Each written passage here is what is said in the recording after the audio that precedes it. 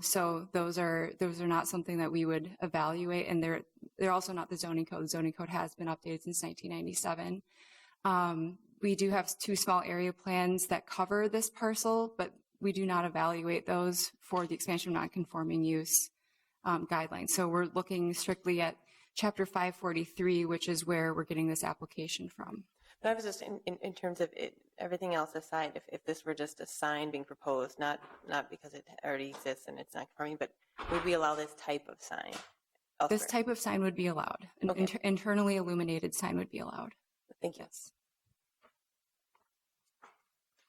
And I have one more question, Mei Ling. So to clarify, if they were simply replacing the painted sign with an illuminated sign and it was not any larger, that would not require any approval from us, but it would have required the certificate of appropriateness from the HBC.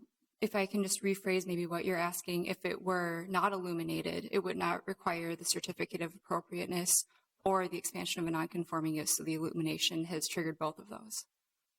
Okay. Are there any other questions of staff? Would anyone like to start things off with a motion? One application before us. Commissioner Kranzer. I'll get the ball rolling here with a proposed motion. I'd like to approve, staff recommendation to approve the expansion of nonconforming use of a wall sign with one additional condition, and that is that the sign is installed as proposed today with perforated vinyl on the letters, and also the area of the letters and star are per the design we have in front of us. All right, we have a motion and a second. Is there any further discussion? Commissioner Vreeland.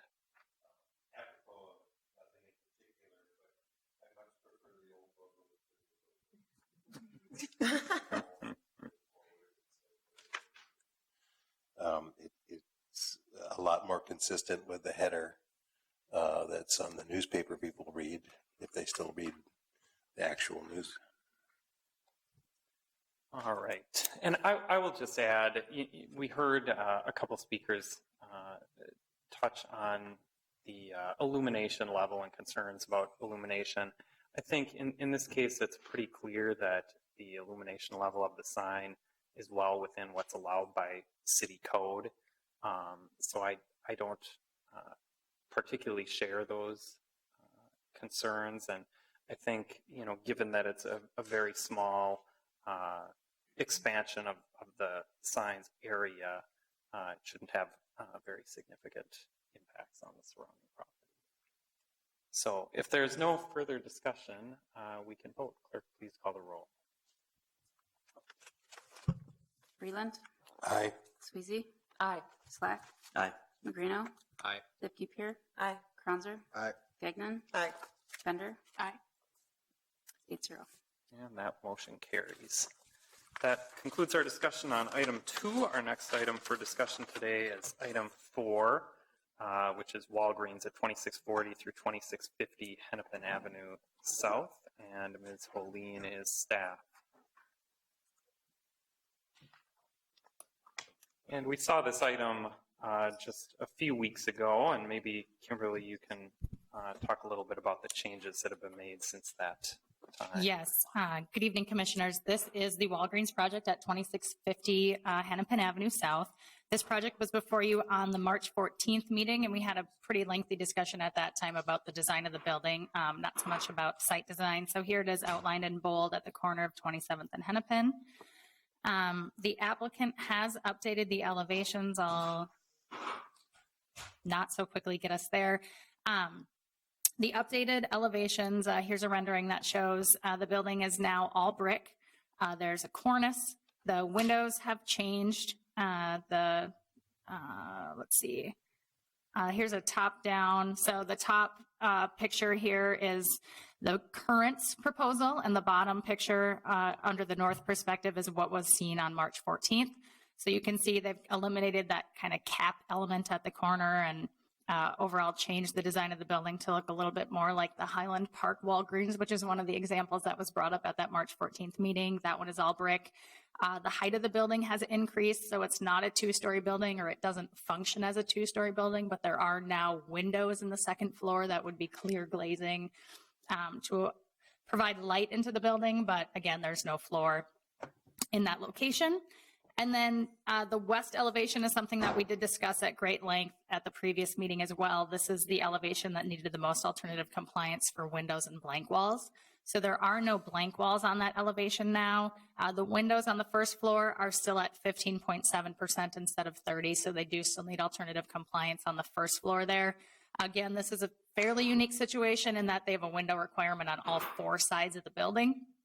And then the second floor elevation on this side actually meets the window requirement.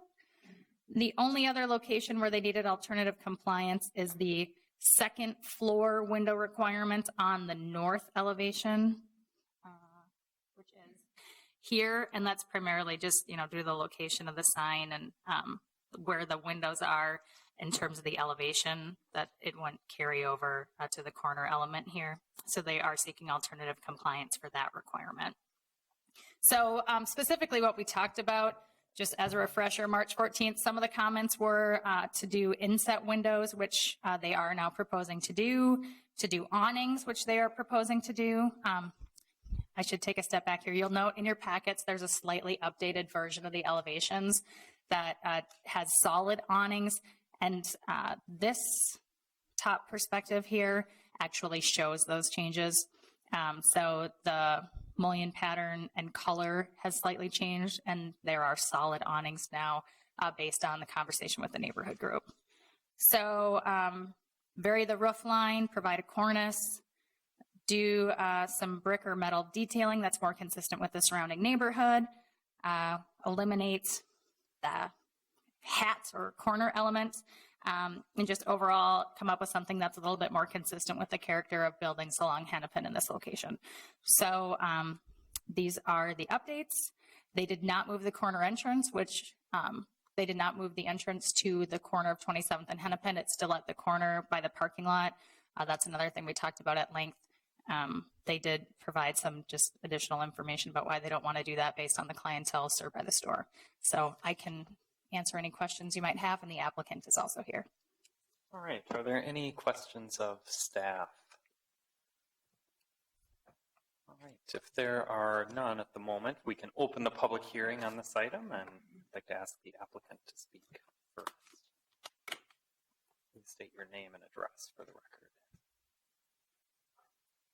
Good evening, Commissioners. Thanks for having us back. It's Marcy Westlock. I'm with Alon Design Lab, and I'm representing the owner. Address is 1701 Madison Street. As Kimberly highlighted for us, we did go back to the drawing board with the neighborhood group, met with them at length about some of the elements in the neighborhood that we can incorporate, highlighting the variable roof height, the clear story windows, the cornice detailing, the mullion detailing to update and be more reflective of the neighborhood. The warmer colors in addition to that. Everything else on the conditional approvals is acceptable to us. The entry location, we chose not to move again because of the accessibility to the parking lot, to the bike rack location as well, which has been moved closer to the entry and away from the road. In addition, with the variable roof height on the corner of 27th and Hennepin, we feel it gives it still more of a prominence at the corner without actually relocating the entry point. Also, the confusion from the bus and the pedestrian movements at the corner we felt would be better accessible if it's maintained interior to the parking. I do have the architect, Roger Thompson, here too, if you guys have specific questions on the architectural elements that were introduced. With that, I'll thank you for your time and open it up to questions. All right. Are there any questions of the applicant? Commissioner Kronzer. A couple of quick ones. What is the purpose of the canopies?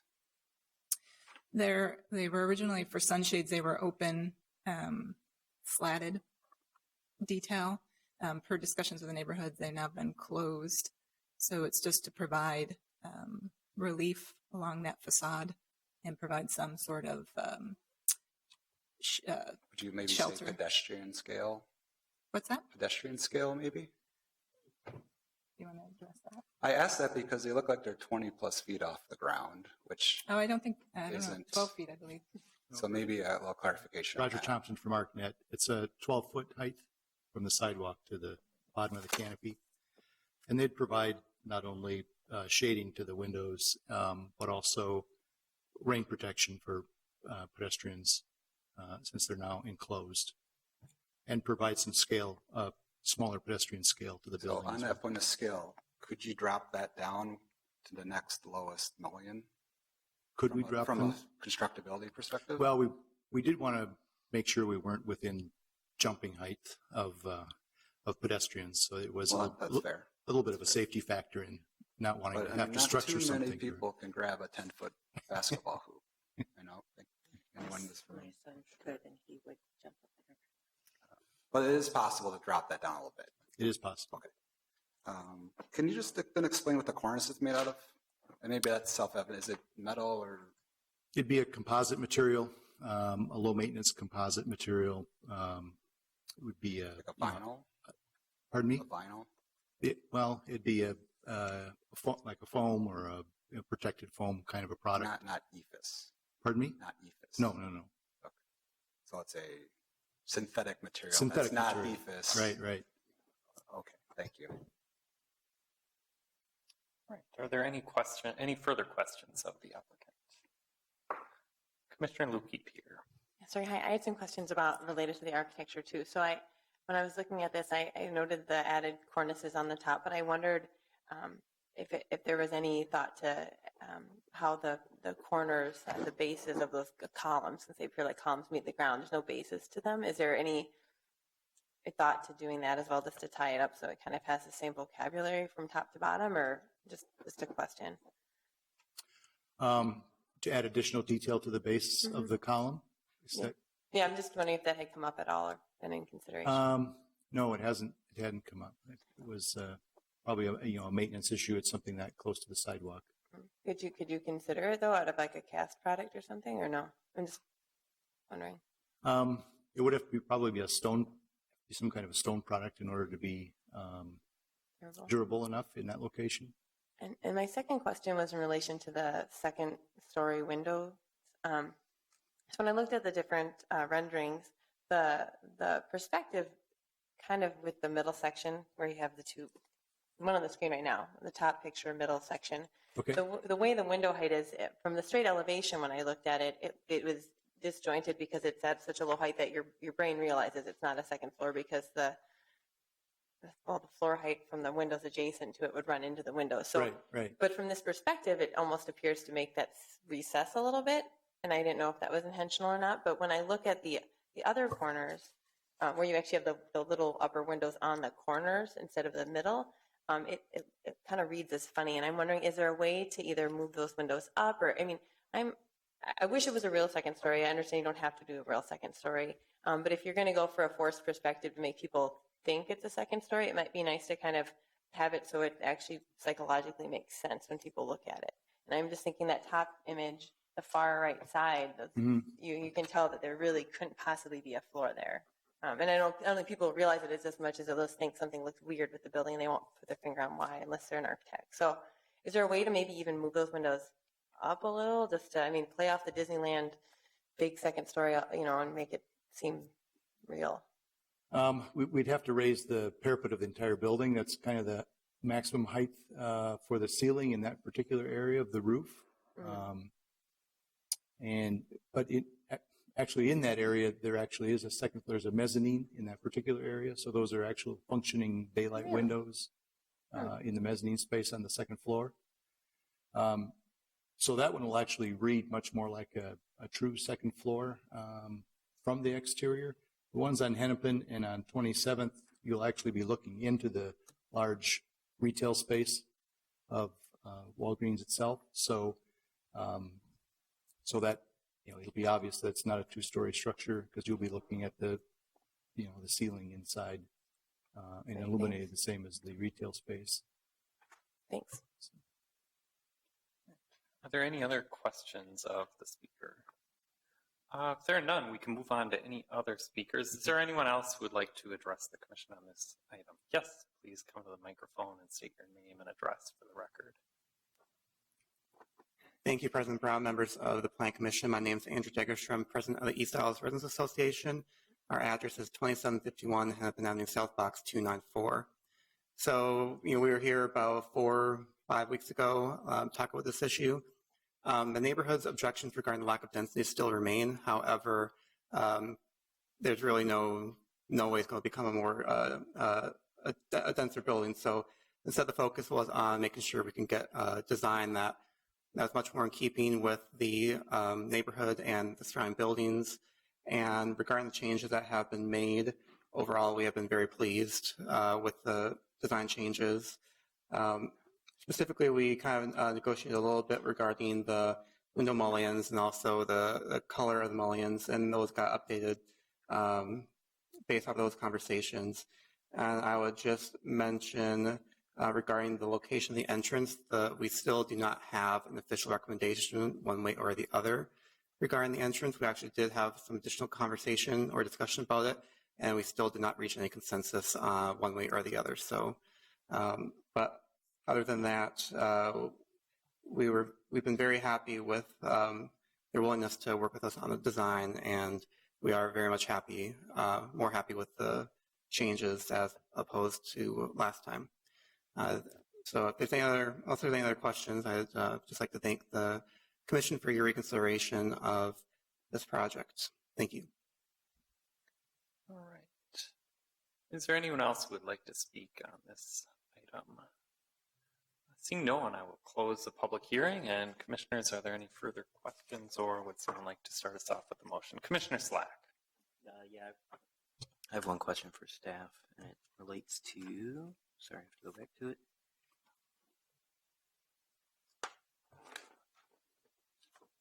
Item number 6, condition number 6.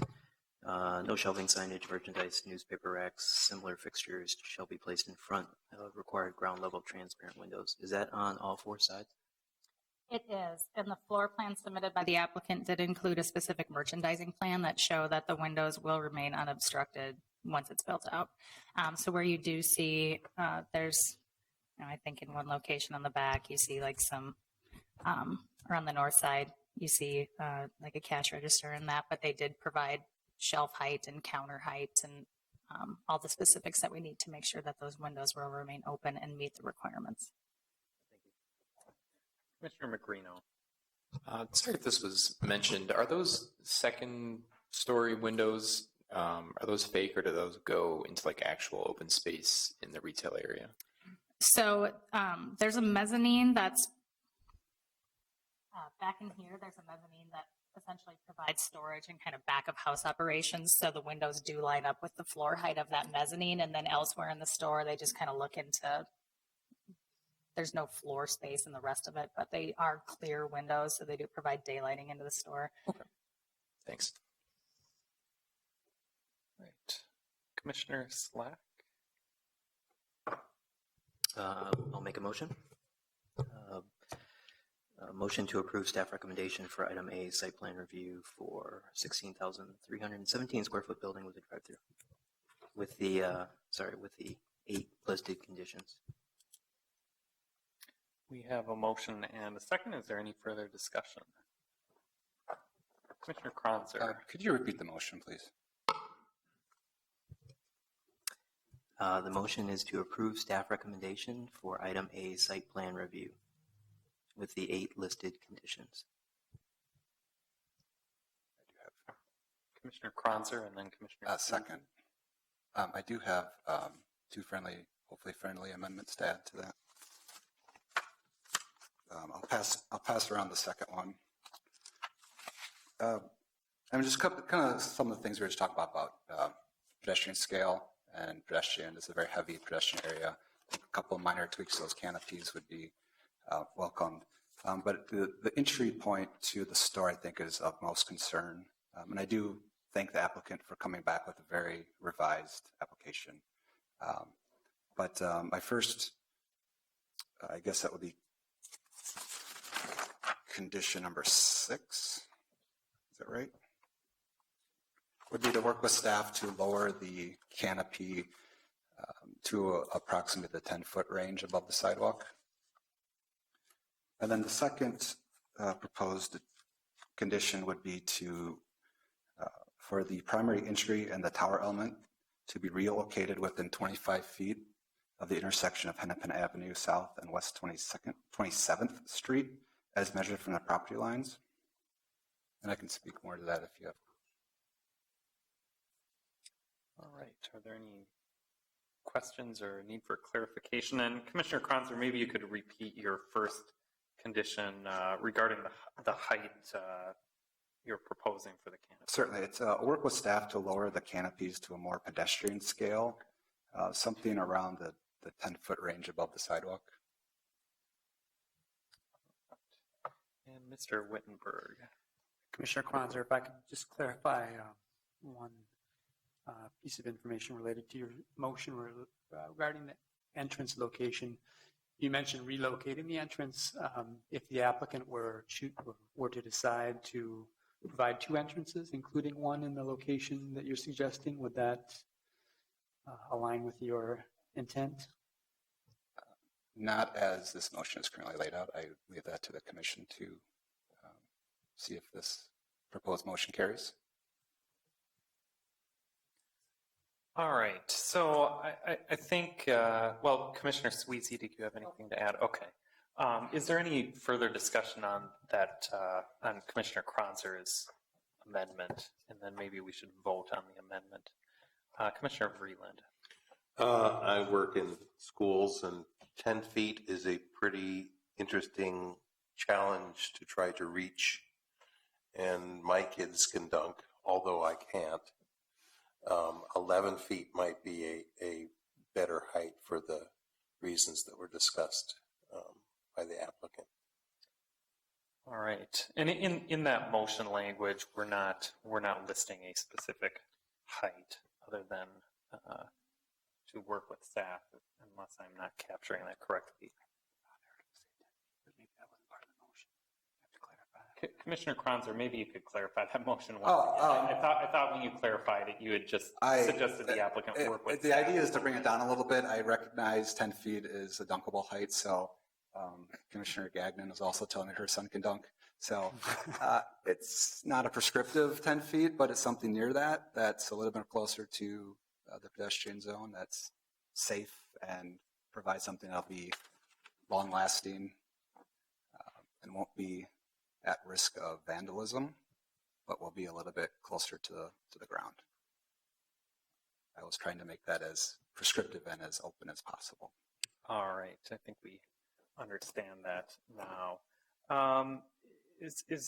Well, first of all, do we have a second on adding those two conditions? Okay, we have a motion and a second. Is there any further discussion? This is just on the two conditions that Commissioner Kronzer is proposing we add. I have handed out a listing of justifications from the comp plan. I don't know if I need to state them now or if that's suitable for the record. I think this is probably suitable for the record, although maybe you could hit some of the highlights. Sure. So everyone's clear on that. Land use policy 1.1, achieving to reach the highest possible design and development standards, enhance the environment, public health, support a mix of uses, promote flexibility. That's the urban design, support urban design standards that emphasize a traditional urban form in commercial areas. I think that's pretty self-evident. Seek the urban design 10.11, seek new commercial developments that is attractive, functional, and adds value to the physical environment.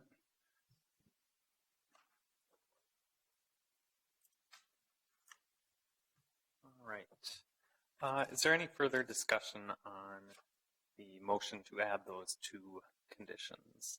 I just have a question about whether it's, so this is something we hadn't discussed previously.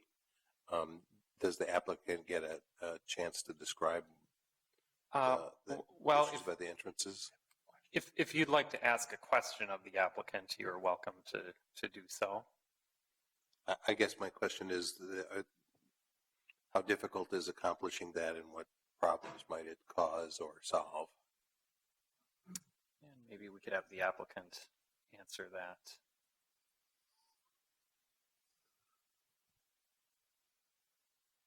I'm sorry, could you repeat that question one more time? Oh, we're discussing an amendment for recommending a different entrance, and I'm wondering what problems that would cause or solve from your perspective. My name's Howard Bergerud. I'm a consultant for Walgreens and working with the owner, Road OSHA, who will actually own the building and lease it back to Walgreens. Moving the entrance to the corner creates a lot of issues, both for operations and for servicing of the building. One of the reasons we decided to put the entrance next to the parking lot, well, there are a lot of reasons, but and we also have an entrance on Hennepin, but people that lack mobility, it's easy for them to walk from the parking lot to the entrance versus 100 feet down the street. The bike racks are in the parking lot, so people riding bikes can park in the parking lot and get in easily. Also, all the people walking to the store come from different directions. They all don't come from the south. Some come from the north, the east, the west. So it's sort of a percentage of people that would be closer to the corner on one side and closer to the parking lot on the other. So, and of course, setting up the entire operations of Walgreens store to change the location of the door would be a monumental task. But we think it's a great compromise where it is, where a lot of people come from, especially the people that aren't mobile, that have a hard time walking. It'd be great for them to park in the parking lot, have a short walk versus going down 90 feet to the corner. Right. Thank you. Commissioner Kronzer. I just wanted to respond to that. Actually, in a former life, did some design work for Walgreens, so I know what these folks are working on and up to, and how Walgreens views these things. Walgreens prefers the entry where it is. There's no question about that. I think if I'm driving in an automobile to this site, I prefer the entry where it is.